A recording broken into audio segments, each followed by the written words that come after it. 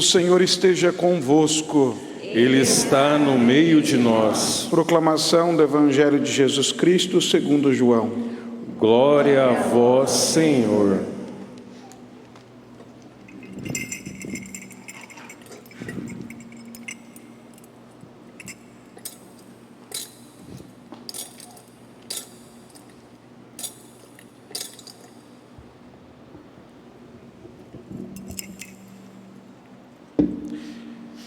Era antes da festa da Páscoa.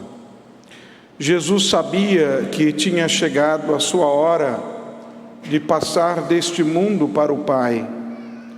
Tendo amado os seus que estavam no mundo, amou-os até o fim. Estavam tomando a ceia. O diabo já tinha posto no coração de Judas, o filho de Simão Iscariotes, o propósito de entregar Jesus. Jesus, sabendo que o Pai tinha colocado tudo em suas mãos e que de Deus tinha saído e para Deus voltava, levantou-se da mesa, tirou o manto, pegou uma toalha e amarrou-a na cintura. Derramou água numa bacia e começou a lavar os pés dos discípulos, enxugando-os com a toalha com que estava cingido. Chegou a vez de Simão Pedro. Pedro disse: Senhor, tu me lavas os pés? Respondeu Jesus: agora não entendes o que estou fazendo. Mais tarde compreenderás. Disse-lhe Pedro: tu nunca me lavarás os pés. Mas Jesus respondeu: se eu não te lavar, não terás parte comigo. Simão Pedro disse: Senhor, então lava não somente os meus pés, mas também as mãos e a cabeça. Jesus respondeu: quem já se banhou não precisa lavar senão os pés, porque já está todo limpo. Também vós estáis limpos, mas não todos.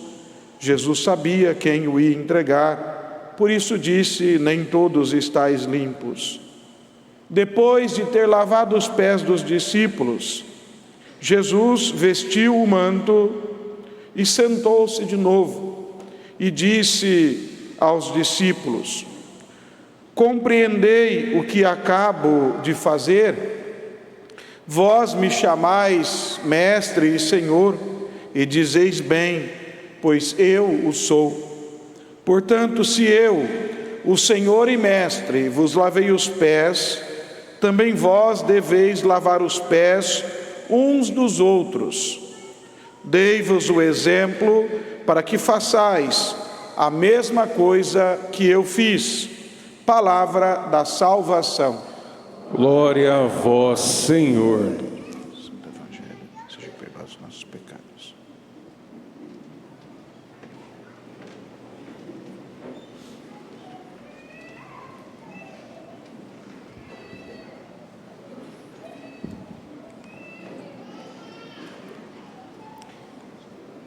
Queridos irmãos e irmãs que rezam conosco presencialmente ou mesmo remotamente, a Páscoa é uma festa tão grandiosa que ela não pode ser celebrada num único dia. Por isso que nós a celebramos num tríduo, que hoje tem início. Depois celebramos a Páscoa num tempo litúrgico, o tempo pascal. Celebramos a Páscoa em cada Eucaristia dominical e, por fim, em cada Eucaristia. Pois disse o apóstolo: todas as vezes de fato que comerdes deste pão e beberdes deste cálice, estareis proclamando a morte do Senhor até que Ele venha. Toda missa é uma Páscoa, é a celebração da Páscoa, mas de maneira especial nós celebramos nesses dias o coração de todo o ano litúrgico, que é o Tríduo Pascal. Cada dia deste tríduo celebramos um aspecto do mistério da Páscoa. Hoje a instituição da Eucaristia, amanhã a morte de Cristo, no sábado à noite até o domingo à tarde, nós celebramos a ressurreição de Jesus no último dia do Tríduo Pascal e depois daremos início ao tempo pascal. A missa de hoje celebra a instituição da Eucaristia, a instituição do ministério que começa com os 12, portanto, é também a instituição do sacerdócio e o mandamento do serviço como parte do testamento de Jesus. Jesus está deixando um testamento a seus discípulos e ele deixa o mandamento do amor e do serviço como parte deste testamento. Então podemos dizer que hoje já é Páscoa, celebrada neste mistério da instituição da Eucaristia. E as leituras de hoje nos falam da antiga e da nova Páscoa. A antiga Páscoa, que celebra a libertação da escravidão no Egito, aponta para a nova Páscoa, que celebra a ressurreição de Jesus, a libertação do pecado, da morte e de todos os males. A Páscoa antiga é relatada por nós no livro do Êxodo, e é dito que ela deve ser celebrada como uma festa memorável. O apóstolo Paulo também, ao relembrar as palavras de Cristo na segunda leitura, diz que Jesus, ao fim da ceia, e nós repetimos isso em cada missa, afirmou: "Fazei isto em memória de mim." Memória, memorial, é muito mais do que uma lembrança do passado, mas é o passado que se faz presente ainda na nossa vida. Quando os judeus celebram a Páscoa, eles celebram com o seguinte raciocínio: não agradecendo a Deus porque os antepassados foram libertados da escravidão do Egito, mas cada judeu agradece a Deus porque ele foi libertado da escravidão no Egito. Ou seja, aquela libertação de Deus acontecida historicamente no passado atinge o hoje da vida do judeu que celebra a Páscoa judaica. Nós podemos dizer que também na Páscoa cristã, a morte de Cristo na cruz, que nos salvou do pecado e da morte, continua agindo em nós.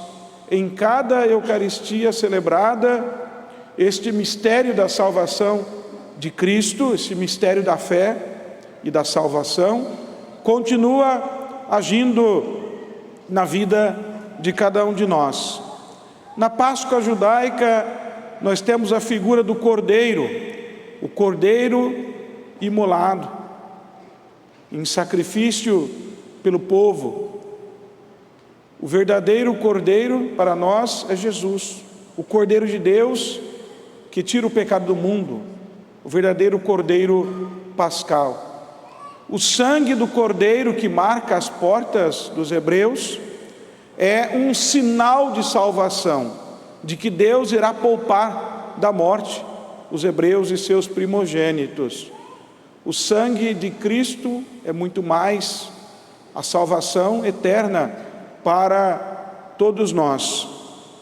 A maneira como os judeus celebravam a Páscoa, com os rins cingidos, sandálias nos pés e cajado na mão, apontam para a urgência da libertação. Eles precisam estar prontos, preparados, se amarravam os rins, se cingiam os rins para uma longa viagem ou para o serviço, os serventes. Por isso que Jesus cinge-se com a toalha também no Evangelho, tanto para a partida, como também para o serviço. Na Páscoa judaica se lembra que a salvação está próxima, é preciso ter pressa para a libertação. Mas em cada Eucaristia que nós celebramos, nós devemos ter também esta atitude de estarmos preparados tanto para a missão como para a partida. A missa sempre termina, hoje de maneira diferente, mas normalmente com o ide em paz e o Senhor vos acompanhe, que é um envio para a missão. Então nós devemos ter esta mesma atitude de estar simbolicamente com os rins cingidos, ou seja, estar nessa disposição de nos preparar tanto para a missão, para o serviço do dia a dia, como também para a partida. Não sabemos quando será a última Eucaristia que nós iremos celebrar. A segunda leitura da carta de São Paulo aos Coríntios é o relato mais antigo da instituição da Eucaristia. E é sempre bom lembrar o contexto em que Cristo instituiu a Eucaristia, na noite em que foi entregue. Portanto, um contexto dramático. Jesus estava para oferecer a sua vida para a salvação de todos nós. E é neste momento que ele se entrega a nós no pão e no vinho. Isto é o meu corpo, que é dado por vós. Este cálice é a aliança do meu sangue. E em cada Eucaristia, como o apóstolo nos diz, sempre que comemos deste pão e bebemos deste cálice, estamos proclamando a morte do Senhor até que Ele venha. É a cruz de Cristo que continua a acontecer no altar, que continua a nos trazer a salvação.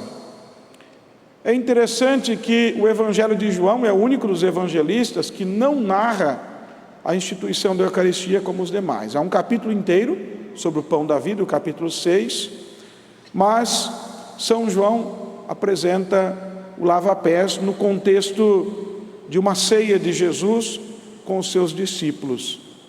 É para nos ensinar que a grande lição da Eucaristia é o serviço. Se nós comungamos o Cristo, nós devemos comungar também das suas ideias, da sua vida, dos seus ensinamentos. O salmista dizia: o cálice por nós abençoado é a nossa comunhão com o sangue do Senhor. Se nós comungamos, devemos estar em comunhão com o Senhor. E Jesus realiza esse gesto simbólico que representa toda a sua vida. O lava-pés não foi um dia apenas na vida de Jesus. O tempo todo ele se colocou nesta condição de servidor.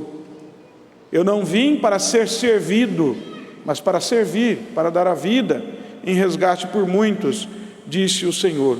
E o que Jesus faz? Ele estava sentado à mesa, na posição de homem livre e também de mestre. Ele se levanta da mesa, tira o manto, que era o sinal da sua dignidade, e se cinge com uma toalha. Na Páscoa judaica se cingia para a partida. Aqui Jesus está se cingindo, tanto para exercer a sua missão de lavar os pés dos discípulos, mas também se preparando para a sua partida. E ao se propor lavar os pés dos discípulos, Pedro recusa. Tu vai me lavar os pés? Nunca isso vai acontecer. Ou seja, Pedro está negando mais uma vez que Jesus seja o Messias servo. E Jesus responde a ele que ele vai entender depois isso. E de fato na cruz é onde ele entende o significado do lava-pés. Se eu não te lavar, não terás parte comigo. Mas Jesus diz uma outra coisa mais forte ainda para nós, para os discípulos e também para nós no final do Evangelho. Compreendeis o que acabo de fazer? Vós me chamais mestre e senhor e dizeis bem, pois eu o sou. Portanto, se eu, Senhor e Mestre, vos lavei os pés, também vós deveis lavar os pés uns dos outros. Dei-vos o exemplo para que façais a mesma coisa que eu fiz. Claro que não é para repetir um gesto simbólico simplesmente, que nós vamos repetir no contexto desta Eucaristia, mas para lembrar que a vida de todo cristão deve ser marcada pelo serviço. Lavar os pés significa abaixar-se. Não tem como a gente lavar os pés ficando em pé. A gente se abaixa, se rebaixa, a gente se coloca a serviço. Se o Cristo fez isso conosco, se Ele se esvaziou, se Ele não se apegou à sua condição divina, se fez servo em nosso favor, quem somos nós para nos considerarmos melhores que os outros, mais importantes que os outros? Dei-vos o exemplo para que façais a mesma coisa que eu fiz. O serviço deve marcar constantemente a nossa vida cristã. E a Eucaristia nos ensina esta grande lição do serviço. Não estamos neste mundo para nos servir das outras pessoas, mas estamos para nos colocar a serviço. Diz um canto antigo que quem não vive para servir, não serve para viver. De fato, quem não vive para servir, não entendeu o significado do ser cristão. Jesus é muito claro nas suas palavras e nos seus gestos. Aqui nós temos as duas coisas, temos um gesto de Jesus e temos as palavras de Jesus. Não é difícil entender o que Jesus está nos dizendo. Às vezes temos dificuldade de colocar em prática. Todos nós que nos colocamos à mesa com o Senhor, como os apóstolos estavam à mesa, devemos assumir esta atitude de serviço, devemos nos colocar a serviço uns dos outros. Devemos ter esta atitude. Jesus foi o primeiro servo, nós devemos segui-lo neste mesmo caminho.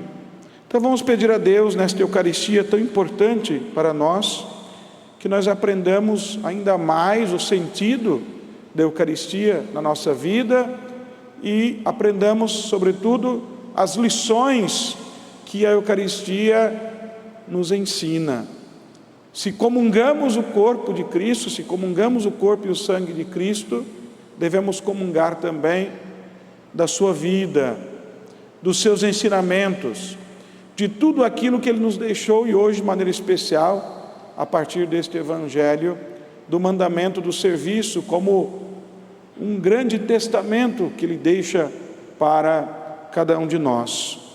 Nós vamos daqui a pouco repetir simbolicamente esse mesmo gesto que Jesus realizou, para lembrar que toda a comunidade deve se colocar a serviço. As pessoas escolhidas para o lava-pés são pessoas que de alguma forma estão servindo a igreja e a sociedade neste tema da campanha da fraternidade, do cuidado da casa comum. Mas todos nós devemos estar a serviço uns dos outros. Louvado seja nosso Senhor Jesus